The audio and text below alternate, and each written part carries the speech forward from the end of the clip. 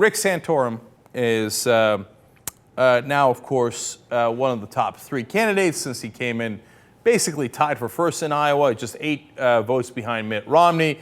So now we are beginning to look at his record and get a sense of what he believes.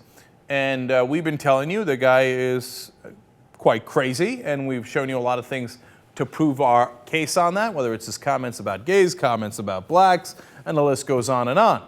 But if you thought all that was bad, wait till you get a load of his views on birth control. Let's watch that.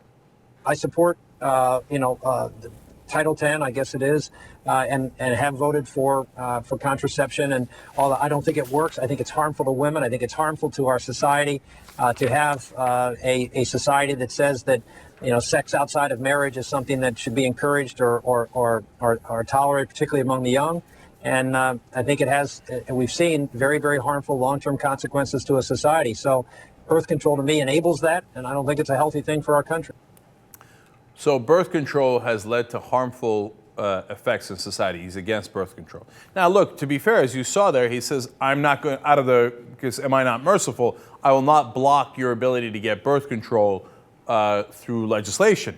But personally, I think birth control has done great damage to this country. Really? How many people in the country think that if we took away birth control, the country would be better off? Is it 2 people, 3 people, 7 people that agree with Rick Santorum on that?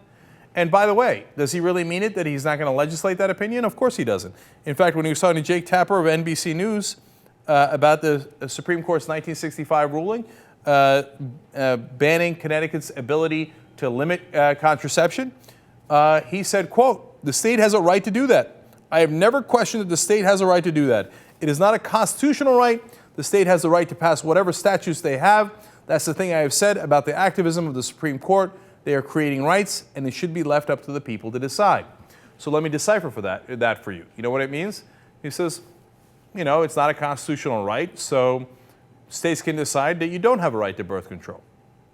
Now, some states are already going in that direction, whether it's actions against Plan B, or their definition of when a zygote has actually been created, and we're going to call it a life, at which point, when the sperm touches the egg, does it become a life form, et cetera.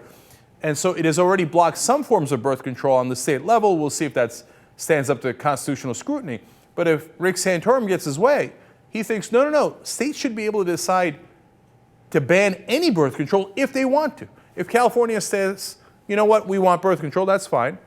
But if Alabama says no birth control allowed at all, totally fine under Rick Santorum. Look, I don't want to say it's crazy because it's obvious that it's crazy, but it's much more importantly, it's so far outside of the mainstream of America. I mean, you go do a poll in Alabama. You go do it in the reddest state. You go do it anywhere you like in the country. You're not going to get more than 5% of people to say, oh yeah, we should get rid of birth control. And this guy is now leading, or one of the leaders of the Republicans on the presidential side. It seems like the Republicans cannot get extreme enough. Whenever you think they've gotten so extreme that nobody would vote for that, they go a little further right.